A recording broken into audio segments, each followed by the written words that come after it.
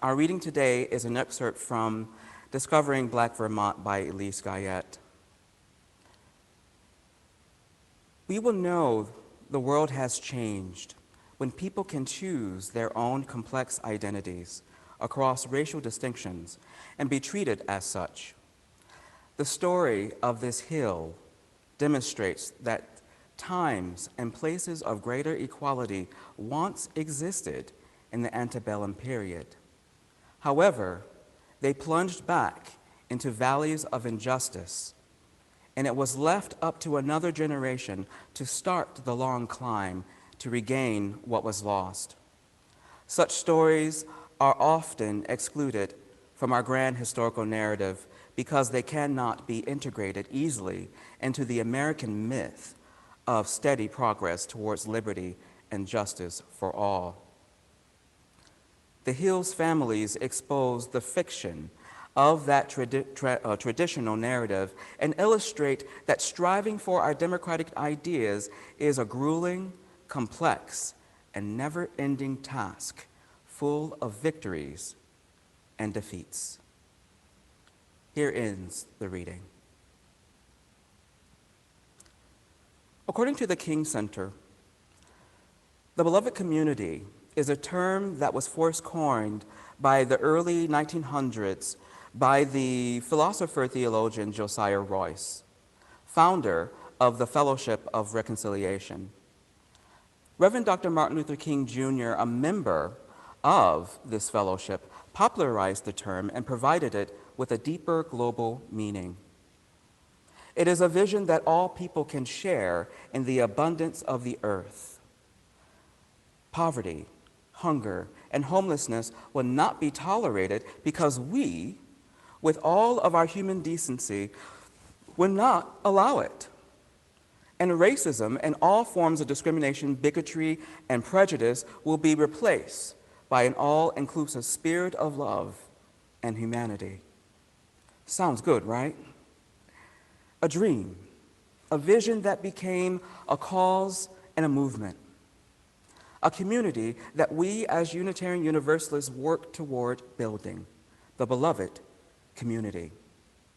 But according to sociologist Bell Hooks, beloved community is formed not by the eradication of difference, but by its affirmation. By each of us claiming the identities and cultural legacies that shape who we are and how we live in the world. Not by the eradication of difference, but by its affirmation. Truth. For how can we build a beloved community without knowing and exploring our differences? How can we affirm what we do not know about each other, or care to share, or reveal, or even claim? Our truths. Again, by each of us claiming the identities and cultural legacies that shape who we are and how we live in this world. You know, everywhere I travel and have traveled, I travel extensively, not as much as most people, but I always look for a Black community to connect with. And in most cases, the communities of color are easy to find. Historically, due to racism and discrimination, these communities have been separated and sometimes segregated, creating enclaves. Understanding the communities, including their historical formation, gives me a sense of the racial and social climate of the area, and that informs how I navigate therein. It's a shame that I have to do that. But to say the least, Vermont has been very difficult, especially in regards to its Black community. It is intriguing to find out that the Black population in Vermont was larger in the 1800s than it is now. And for example, and I may be mispronouncing this, the city, for Vergennes, and maybe Vergennes, is a city here in Vermont, and the Black population was 7% in 1790, 7%, whereas now it is 0.2%, according to the latest census. In fact, the towns of Bennington, Woodstock, Windsor, and Ferrisburg, along with the cities of St. Albans and Rutland, all had sizable historical Black populations. What happened to these populations? Has the beloved community been achieved here in Vermont? Is that why I have difficulty finding them? Not quite. My search brought me to the scholarship of Dr. Elise Guyette. And in her 2010 work, and republished last year, Discovering Black Vermont, she tells the story of 3 generations of free African Americans trying to build a life and community on a hill near Hinesburg, Vermont, now called Liberty Hill. Not Liberty Hill, excuse me, Lincoln Hill, ironically. There wasn't much to go on in reconstructing the lives and the community of the early Black settlers of Vermont, just fragments of documentation, census records, tax and state records, journals and discoveries of foundations and artifacts by hunters and explorers of the hill near Hinesburg. But she was able to paint a picture of that legacy. Among her discoveries were 2 families, the Clarks and the Peters. According to Dr. Guyette, they settled on the hill because it got plenty of sunlight, especially at the top of the hill, which is perfect for farming. The Clark family was at the top of the hill. Shubile and Violet Clark began their family there. And the Peters settled after them, but at the bottom of the hill, which was less of a hike and easier to settle, although not as much sunlight as at the top of the hill. So Samuel Peters and Prince Peters, who we believe was Samuel's brother perhaps, lived there at the bottom of the hill, and Prince Peters lived there with his wife, Hannah. Not only was the farming potential good, it was remote. It was isolated from the larger white Vermont during the time where Guyette writes, some white people menaced their Black neighbors due to racism and competition. And by the way, slavery was still present. For decades, the Clarks and the Peters families prospered. They planted orchards, they raised sheep and cows, they made butter that became a hot commodity when sold to the general store in Hinesburg, as they knew what they were doing, according to Guyette. They also tapped maples for syrup, and during the 1800s, their success allowed room for their families to grow. They bought more land, built more houses, and their children attended the public schools in Hinesburg and Huntington, integrating them. They became members of the Hinesburg Baptist Church, integrating it as well. The men, the Black men, even voted in local and federal elections. In fact, Shubile Clark, who died in 1834, was wealthier than 70% of the region's farmers. One of the reasons why he was accepted and even served positions in the church. His offerings to the church were very prized.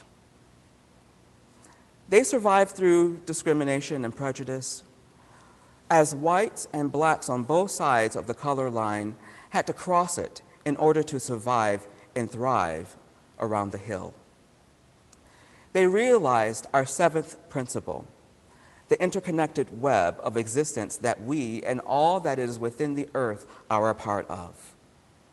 Out of the sheer necessity, despite the growing racism in the nation, they created a successful Black and white coalition where they not only lived and played together, but they loved and they worshiped in a biracial community in the Green Mountains of Vermont. History should have had its eyes on them, but they were muted.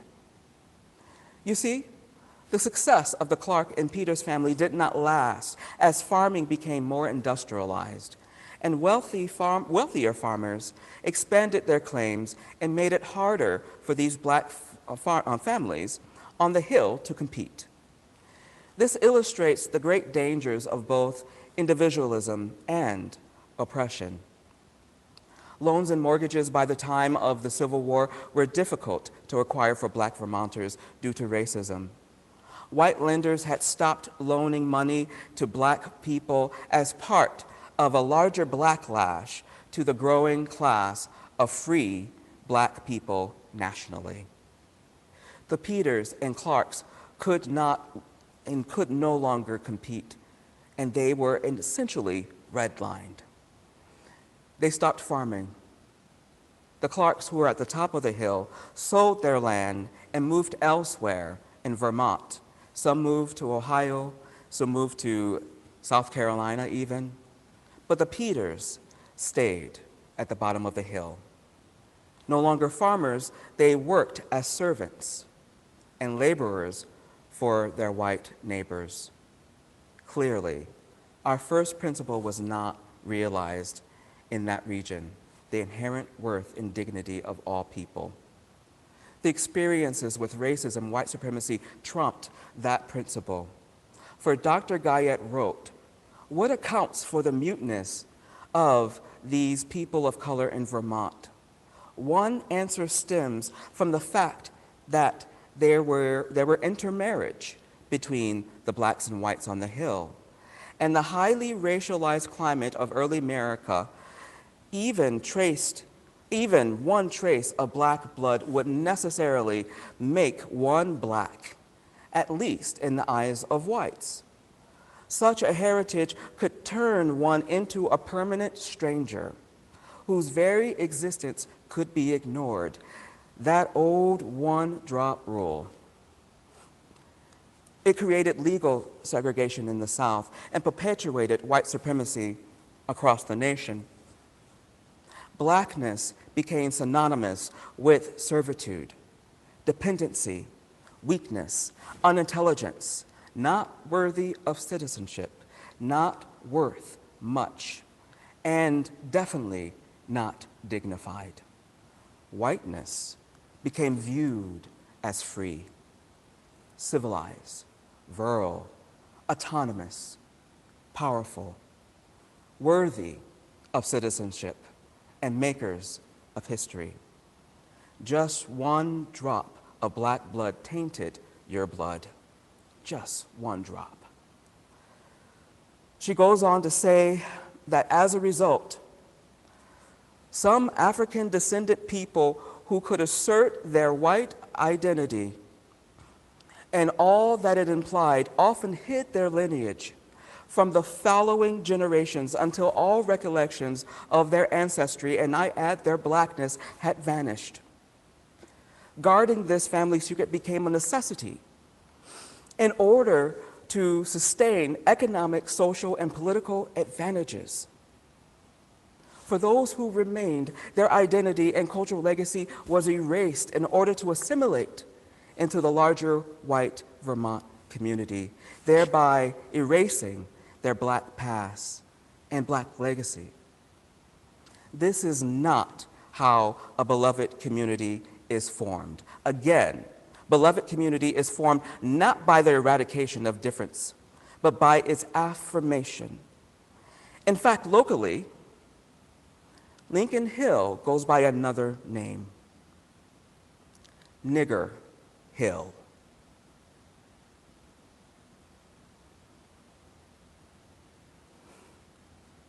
I came across an article that told the story of cousins who were descended from the Peters family. One of the cousins was blonde and blue with blue eyes.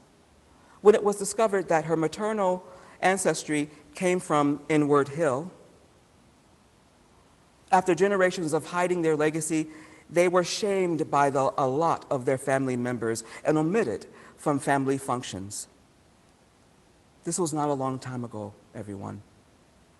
The grandmother, who was also blonde and blue-eyed as well, explained at her deathbed that growing up in Hinesburg, her classmates made her sit at the back of the bus because she was from Lincoln Hill.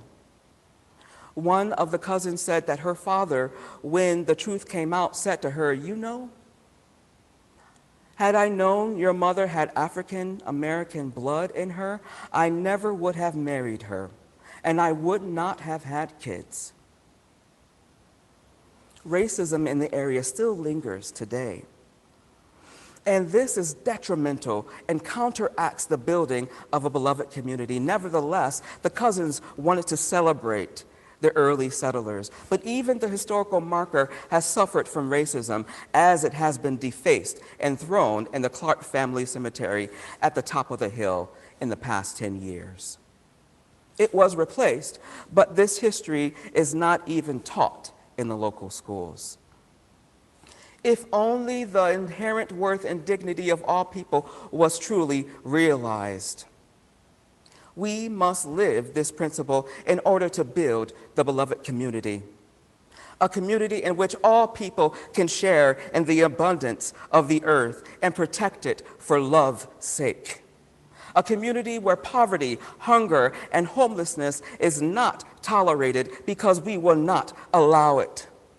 A community where all people, their uniqueness, their color, their nationality, their origins, their religious practices, their spiritualities are not eradicated but affirmed in love. A community that has no place for racism, no place for discrimination, no place for bigotry, and no place for prejudice. A community built by the all-inclusive spirit of love and humanity.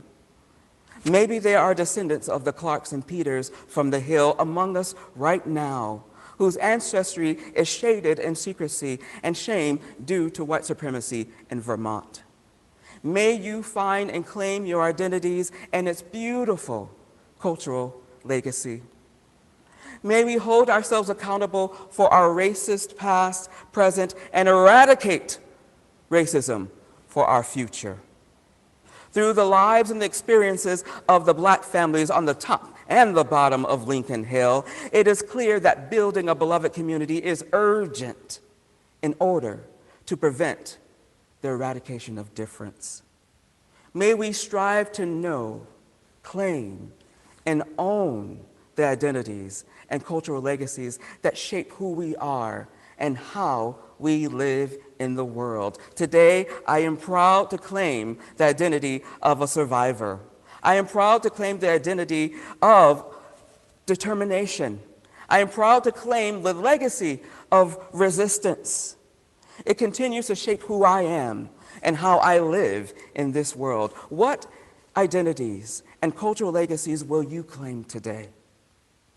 How have they shaped who you are and will shape your relationship to the earth?